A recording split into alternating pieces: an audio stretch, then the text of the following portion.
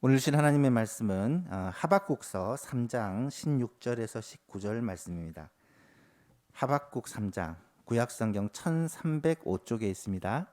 하박국 3장 16절에서 19절 말씀까지 한 절씩 교독하겠습니다. 구약 1305쪽입니다.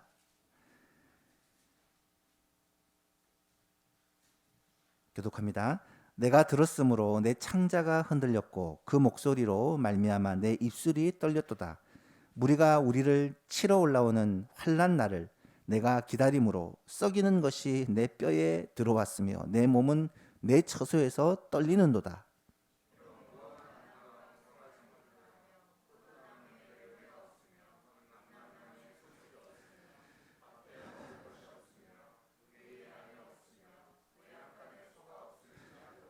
나는 여호와로 말미암아 즐거워하며 나의 구원의 하나님으로 말미암아 기뻐하리로다. 사슴과 같게 하사 나를 나의 높은 곳으로 다니게 하시리로다. 이 노래는 지휘하는 사람을 위하여 내 수금에 맞춘 것이니라. 아멘. 감사합니다. 고백과 찬양을 하나님께서 기뻐 받으실 거라 확신합니다. 올해는 회복이라는 주제로 1년을 달려오고 있습니다. 11월의 마지막 주일입니다. 11월은 감사의 회복이라는 주제로 말씀을 살펴보고 있는데요. 여러분 혹시 살아가면서 여러분을 삶을 지탱해주는 난 이것 때문에 산다. 이것 하나만은 정말 확실하다. 믿고 의지할 만한 것이 여러분에게는 혹시 있으십니까? 어떤 사람은 건강을 믿을 만한 것으로 생각하고 자랑을 합니다. 그래도 내가 아직 건강하다. 몸이 튼튼하면 뭐든지 할 수 있다. 근데 여러분 이 건강이라는 것이 얼마나 잘 유지가 되던가요? 어른들이 늘 입버릇처럼 하는 말씀이 있죠. 건강 자랑하면 안 된다. 사실 건강은 자랑할 것이 못 됩니다. 어떤 사람들은 젊음을 무기로 삼고 살아갑니다. 내가 그래도 아직 젊은데 앞으로 살아야 될 세월이 살아온 날보다 훨씬 더 많은데 이런 생각을 합니다. 근데 여러분 어떻게 그걸 장담할 수가 있겠습니까? 사람의 생명, 사람의 건강은 아무도 알 수 없습니다. 누가 그러더라고요. 나이에 따라서 우리 인생을 공에다 비유를 하던데 10대 때는 축구공이래요. 사람들이 공 하나에 그렇게 달려든답니다. 20대가 되면 농구공이랍니다. 여전히 사람들이 모이지만 숫자가 좀 줄어든대요. 30대는 골프공이래요. 한 사람만이 따라다닌답니다. 40대는 뭐겠습니까? 탁구공이랍니다. 서로 밀어낸답니다. 50대가 되면 피구공이래요. 맞으면 죽는다라고 생각하고 피한대요. 사람의 인생이라는 것은 진짜 금방 지나가 버리는 것 같아요. 어떤 사람들은 자신의 지식과 스펙을 자랑합니다. 내가 그래도 많이 배웠다. 좋은 학교 나왔다. 여러분 아는 것이 힘이라고 베이컨이 그랬습니까? 그런데 요즘에는요 아는 것이 독이 되거나 병이 되는 경우도 상당히 많더라고요. 아는 것이 우리의 삶을 바꾸지 못할 때가 많다는 것입니다. 대부분의 사람들은 돈을 인생에서 가장 최고의 가치로 생각을 합니다. 돈만 있으면, 적어도 이 세상에서는 돈만 있으면 꿀리지 않는다. 살만하다. 그래서 돈을 벌기 위해, 돈을 더 많이 가지기 위해 모든 것을 다 걸고 살아갑니다. 그런데 여러분 성경은 뭐라고 말씀합니까? 돈을 사랑하는 것이 일만하게 뿌리라고 합니다. 실제로 이 세상에서 일어나는 모든 악행의 뿌리가 돈이라는 것을 우리는 잘 압니다. 돈 때문에 서로를 속이고 돈 때문에 싸우고 돈 때문에 심지어 사람을 죽이는 그러한 일들이 이 세상에서는 계속해서 일어나고 있습니다. 그렇다면 이 힘든 세상에서 우리는 무엇을 의지하며 어떤 것에 우리의 힘을 얻고 살아가야 하겠습니까? 세상 나라와 정치인들은 늘 말합니다. 앞으로는 잘 될 것이라고. 앞으로 좋은 세상이 올 것이라고. 여러분 점점 좋은 세상이 되어가고 있습니까? 그렇지 않습니다. 세상은 점점 악해져 가고 타락해져 가고 있습니다. 우리 당을 뽑아주시면, 저를 뽑아주시면, 제가 대통령이 되면, 제가 국회의원이 되면 세상은 살기 좋은 것으로 바뀔 것이라고 말하지만 여러분, 우리는 분명히 알고 있습니다. 정치인이 세상을 아름답게 만들 수 없습니다. 이 세상은 점점 더 악해져 갈 것이고, 이 세상은 점점 더 타락해져 갈 것이고, 우리의 삶의 어려움은 점점 더해져 갈 것입니다. 왜 그러냐고요? 성경이 그렇게 말씀하고 있기 때문입니다.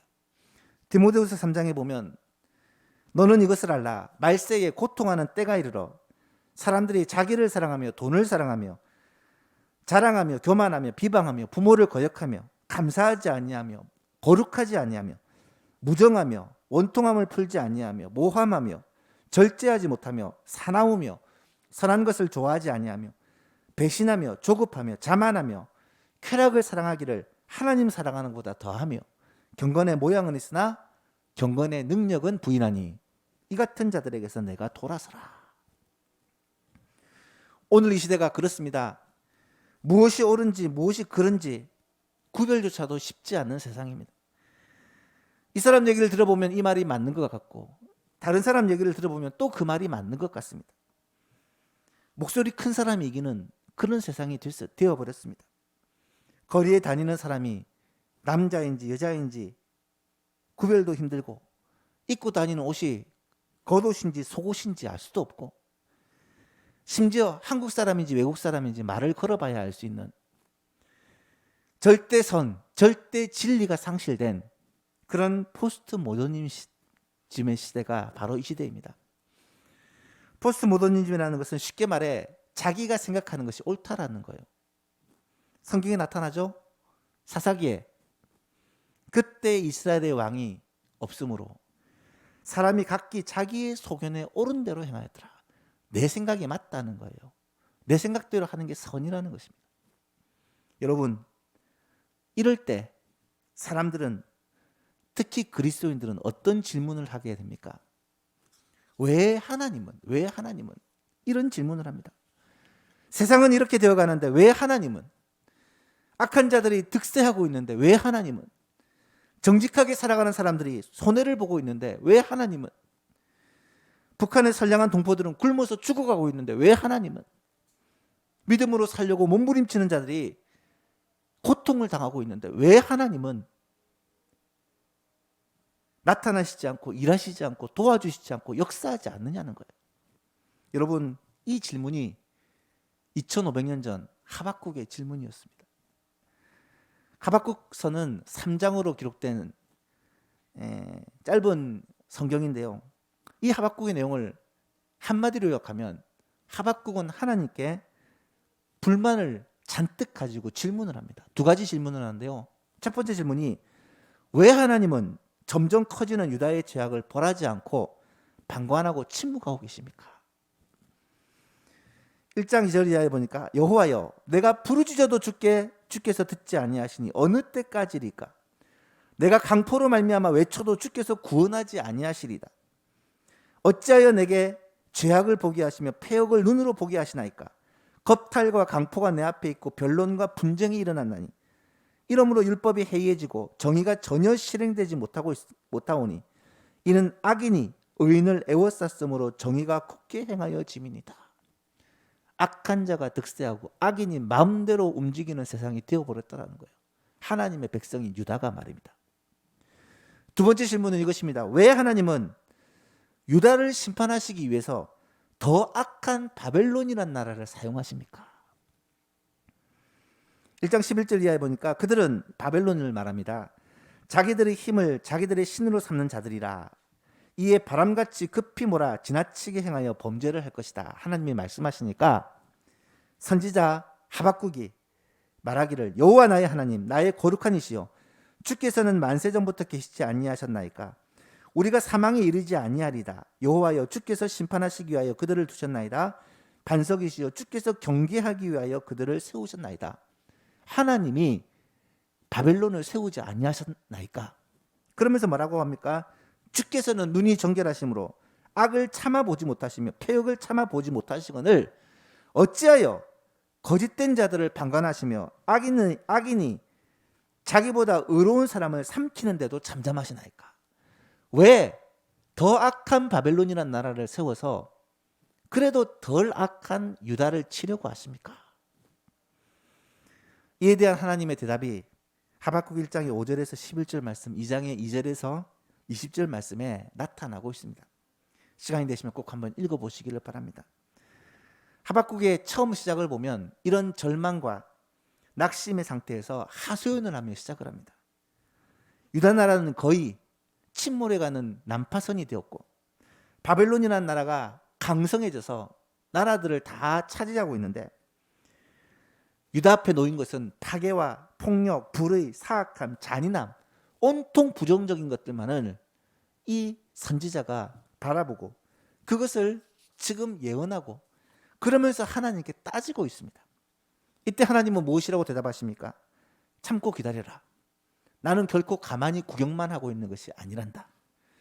하나님은 결국 하나님의 선하시고 온전하신 뜻을 이루어갈 것이고 물이 바다 덮음같이 하나님의 영광을 인정하는 것이 온 땅에 가득하게 될 것이다. 하나님의 공의와 심판은 반드시 행해질 것이고 악행하는 자들은 화를 자초하게 될 것이고 하나님은 하나님의 계신 자리에서 마땅히 받으실 영광을 받으시게 될 것이다.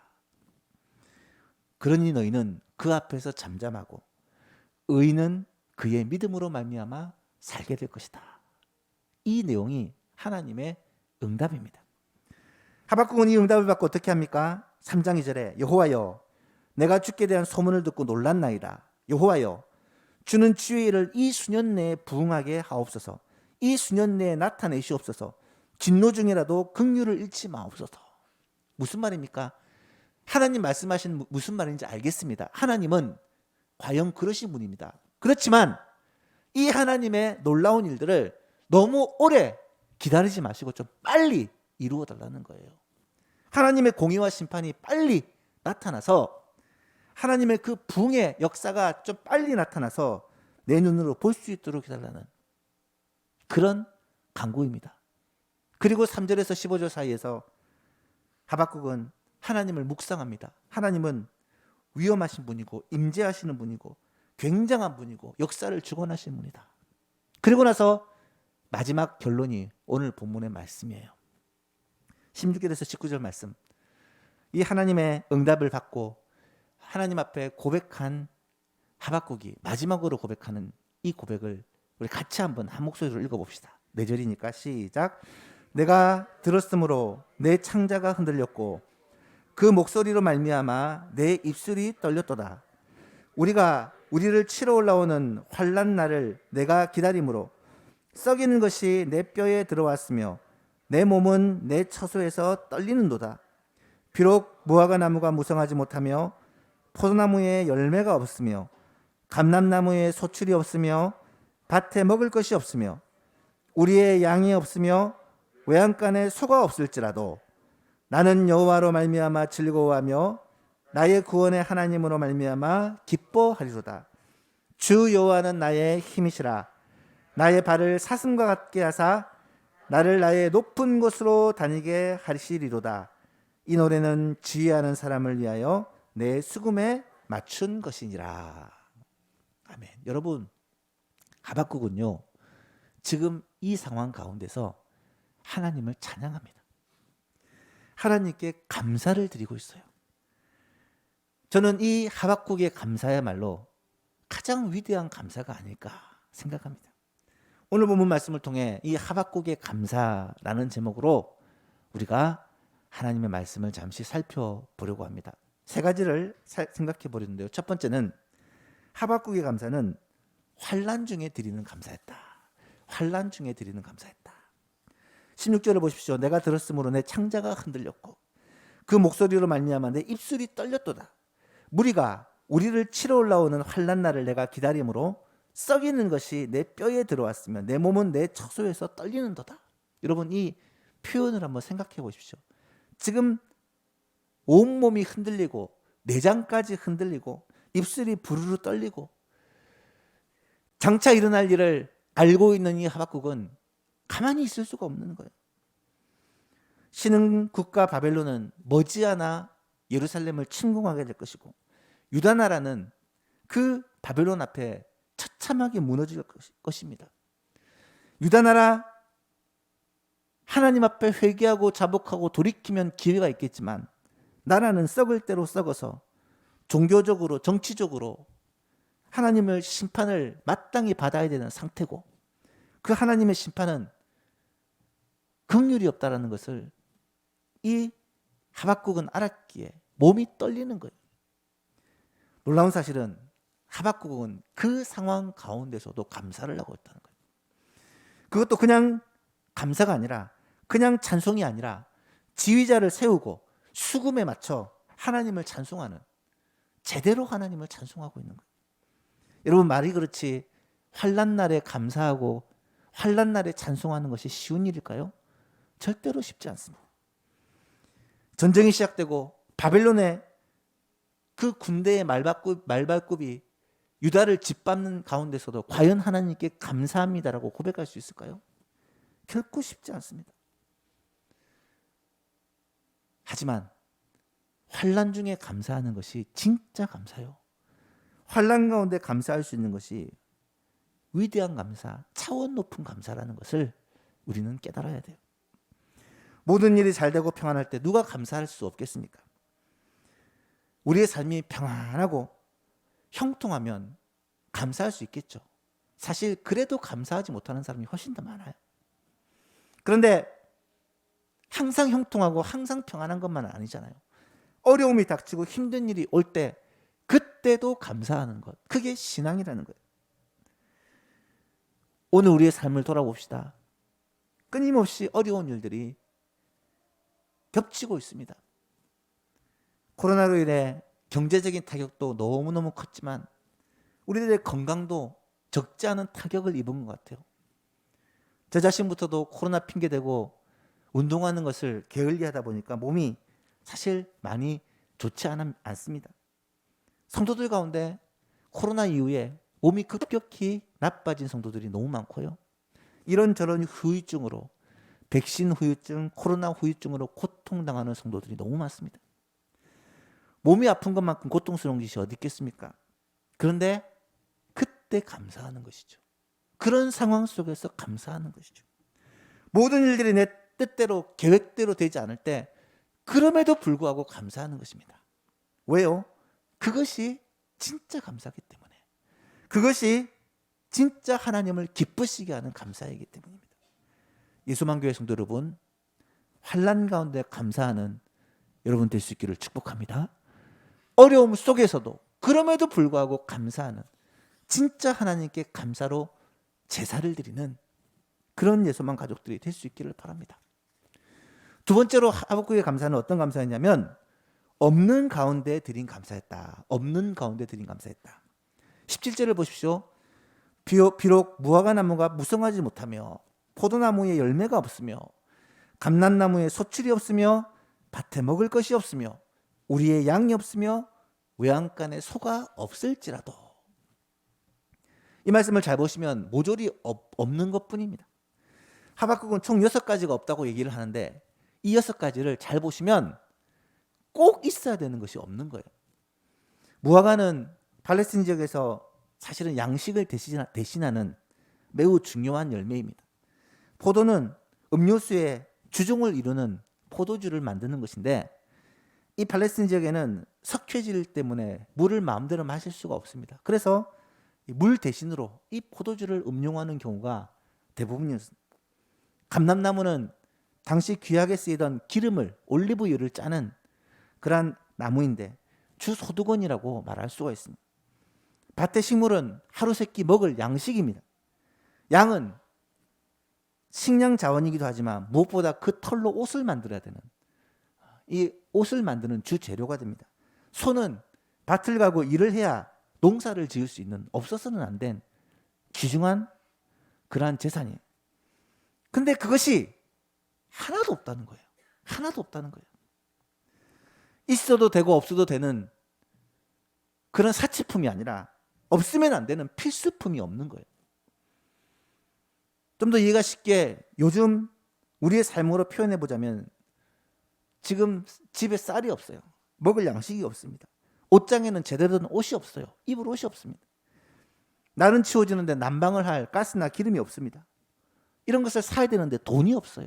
통장이 바닥이 났습니다. 여러분, 이런 상황 가운데 과연 감사할 수 있을까요? 그런데 하박국은 이때도 감사하고 있어요. 이런 상황 속에 감사하고 있는 거예요.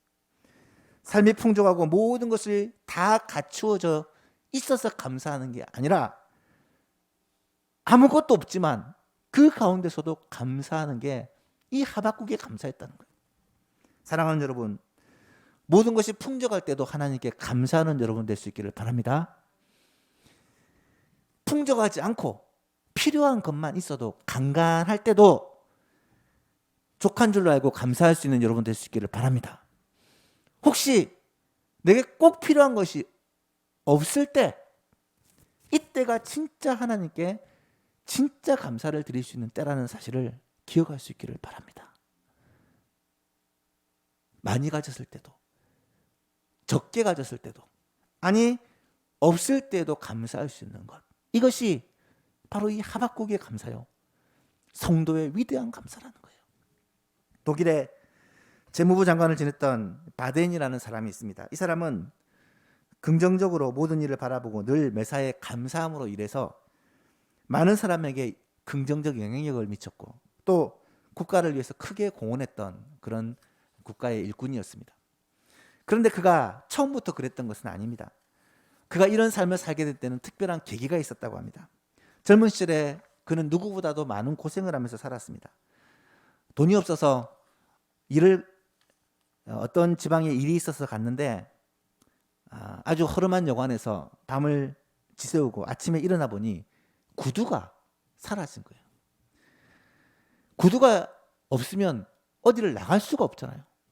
구두를 저렴한 것을 한 개 사고자 해도 사러 갈 때 신을 신발이 없는 거예요. 너무 기가 막혀가지고 세상에 어떤 나쁜 놈이 이 가난한 사람의 구두를 훔쳐갔냐고 욕을 하면서 하나님을 원망합니다. 하나님도 정말 무심하시지. 나같이 가난한 사람이 구두마저 없으면 도대체 어떡하란 말인가. 마침 그날은 주일이었고 여관 주인이 창고에서 헌 신발을 하나 빌려주면서 같이 교회 가서 예배드리자고 권유를 합니다. 마지못해서 교회로 그렇게 끌려갔습니다. 남들은 다 찬송하고 감사하고 기도하는데 이 바데는 전혀 그럴 마음이 없었죠. 투덜투덜 화를 내면서 씩씩거리고 있는 것입니다. 그런데 바로 옆에 누구보다 큰 소리로 찬양을 하고 눈물을 흘리며 박수를 치면서 감사하면서 기도하는 사람을 봤어요. 이 사람은 기도 드릴 때도 눈물을 흘리고 찬송 드릴 때도 하나님 앞에 감사를 드리는 것을 보면서 얼마나 감사할 일이 많은 사람인가, 얼마나 행복한 사람인가 부러운 마음으로 쳐다봅니다. 그런데 잘 보니 그 사람은 두 다리가 없는 거예요.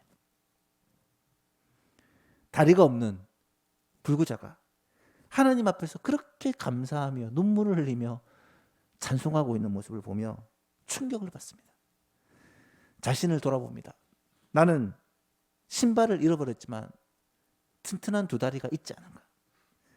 저 사람은 신발이 있어도 신을 발이 없지 않은가.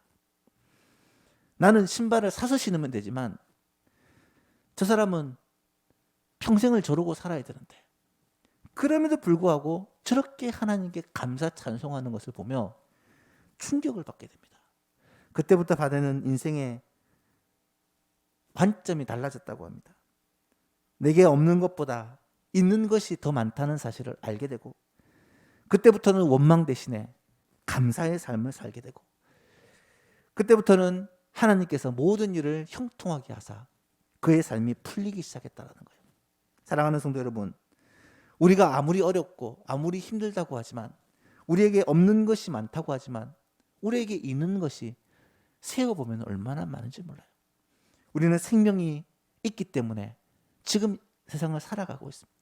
우리에게는 그래도 건강이 있기 때문에 이곳에 나와서 예배를 드리고 있습니다. 하나님을 찬양할 수 있는 목소리가 있습니다. 하나님께 영광 돌릴 수 있는 우리의 두 팔이 있습니다. 가족들이 있고 교회가 있고 친구들이 있습니다. 생각하기 나름이지 사실 감사한 일들이 우리 가운데 얼마나 많은지 모릅니다. 우리가 가지고 있는 것, 우리가 하나님께 받은 은혜가 여러분 얼마나 많은지 알 수 없다는 거예요. 어리석게도 더 가지지 못해서 원망하고 내가 가진 많은 것에도 불구하고 가지지 못한 그것을 가지고 하나님께 불평하는 이런 어리석은 모습이 우리 가운데 참 많다는 거예요. 여러분, 하박국은 아무것도 없는 사람이었습니다. 꼭 필요한 것, 필수품조차도 없는 사람이었습니다. 그런데 그 상황에서도 하박국은 하나님께 감사와 찬송을 올리고 있어요. 그렇다면 하박국이 어떻게 그 상황 속에 감사하고 찬송할 수 있었을까요? 그 비결이 오늘 본문 마지막 18절과 19절에 나타납니다. 세 번째로 하박국의 감사는 오직 하나님 때문에 하는 감사였다라는 사실입니다. 18절 19절 같이 읽어볼까요? 시작. 나는 여호와로 말미암아 즐거워하며 나의 구원의 하나님으로 말미암아 기뻐하리로다. 주 여호와는 나의 힘이시라. 나의 발을 사슴과 같게 하사 나를 나의 높은 곳으로 다니게 하시리로다. 아멘. 하박국의 감사의 유일한 조건은요, 하나님 때문이었다는 거예요. 하박국은 환난과 궁핍 가운데서도 하나님께 기도하고 하나님께 응답받은 것 때문에 하나님은 살아계시고 하나님은 여전히 온 우주 만물 속에 역사하시고 다스리시고 하나님의 뜻과 계획을 통하여서 일하고 계신다는 걸 알았기 때문에 하나님 앞에 진정한 감사와 찬송을 올리고 있다는 거예요. 비록 환난의 소문이 들리고 내가 가진 것이 없고 어려움이 우리 가운데 임할 것이라는 걸 알았음에도 불구하고 하나님의 약속 때문에, 오직 의인은 믿음으로 말미암아 살리라는 하나님의 약속 때문에 하나님께서 영광을 받으시고 하나님의 뜻이, 하나님의 의가 이루어질 것이라는 그 약속 때문에 여호와로 인하여 기뻐하고 하나님 때문에 감사하는 이런 진정한 감사, 이런 마음 중심으로부터 감사를 하박국이 하고 있는 것입니다. 사랑하는 여러분, 오늘 우리도 마찬가지입니다. 우리가 감사하지 못하고 불평하고 원망하고 짜증내고 살아간다면 그것은 환경이, 상황이 어렵기 때문이고 가진 것이 없기 때문이기도 하겠지만 사실은 그것보다 훨씬 더 근본적인 이유가 우리가 하나님이 어떤 분이신지를 알지 못하기 때문이요, 하나님을 깨닫고 그분을 붙들지 않기 때문이라는 거예요. 하나님을 바로 알고 그분을 발견하고 그분을 붙든다면 어떤 환경과 어떤 상황 속에서도 하박국처럼 감사할 수가 있기 때문입니다. 그러므로 어떤 사람이 진짜 차원 높은 감사를 드릴 수 있느냐? 결국 하나님께 기도하는 사람이 이런 감사의 삶을 살 수 있다는 거예요. 하나님의 말씀에 귀를 기울이는 사람이 그런 감사의 삶을 살 수 있다는 것입니다. 하나님께 기도하고 주님의 말씀에 귀를 기울이면 우리의 마음에 깨달음을 주신다는 거예요. 우리가 얼마나 복된 자인지, 우리에게 감사할 것이 얼마나 많은지 알고 고백하고 찬양하고 감사할 수 있다는 거예요. 주 여호와로 말미암아 즐거워하며 구원의 하나님으로 말미암아 기뻐하리로다. 주 여호와는 나의 힘이시라. 나의 발을 사슴과 같게 하사 나로 나의 높은 곳을 다니게 하시리로다. 이 고백이 저와 여러분의 고백이 될 수 있기를 주님의 이름으로 축복합니다. 마지막으로 한 사람의 예화만 소개하고 마치려고 합니다. 우리 교단의 자랑스러운 선배인 우리 손양원 목사님은 여순 반란 사건 때 하루아침에 공산당원에게 두 아들을 잃고 말았습니다. 그때 그는 너무 괴로워서 식음을 전폐하고 예배당에 엎드려 이불을 뒤집어 쓰고 하나님 앞에 기도하기를, 하나님 너무하십니다. 하나님 너무하십니다. 그렇게 몇 시간을 기도했대요. 그런데 기도하는 가운데 하나님께서 손장호 목사님에게 은혜를 베풀어 주셨고 두 아들의 장례식을 할 때 손장호 목사님은 그 유명한 10가지 감사로 하나님께 영광을 돌립니다. 그 중에 몇 개만을 소개해 보면, 죄인의 혈통에서 순교자를 낳게 하시니 감사합니다. 한 아들이 순교해도 감사한데 두 아들을 순교하게 하셨으니 더욱 감사합니다. 아들을 미국으로 유학 보내려고 했으나 그보다 더 좋은 천국으로 유학 갔으니 이것도 감사합니다. 예수 믿는 사람은 병들어 죽어도 복인데 전도하다 순교를 당했으니 더더욱 감사합니다. 여러분, 손영호 목사님이 어떻게 이런 감사를 드릴 수가 있었을까요? 그것은 하나님께 엎드렸기 때문입니다. 하나님을 붙들었기 때문입니다. 하나님을 찾았기 때문입니다. 하나님을 발견하면 우리도 이런 위대한 감사, 하박국과 같은, 바덴과 같은, 손영원 목사님과 같은 위대한 감사의 삶을 살 수가 있게 될 것입니다. 말씀을 맺고자 합니다. 오늘 우리는 하박국의 감사에 대해서 함께 생각해 보았습니다. 하박국의 감사는 환난 중에 드린 감사였다. 하박국의 감사는 없는 가운데서 드린 감사였다. 하박국의 감사는 오직 하나님 때문에 하는 감사였다. 사랑하는 예수망교인 여러분, 우리도 이와 같은 차원 높은 감사를 이러한 어떤 환경과 어떤 상황 속에서도 빼앗을 수 없는 위대한 감사를 하나님께 드리고, 우리의 감사의 이유가 살아계시고 변치 않으시는 하나님께 있음으로 말미암아 우리의 감사도 영원히 변치 않게 되기를 우리 주 예수 그리스도의 이름으로 축복합니다.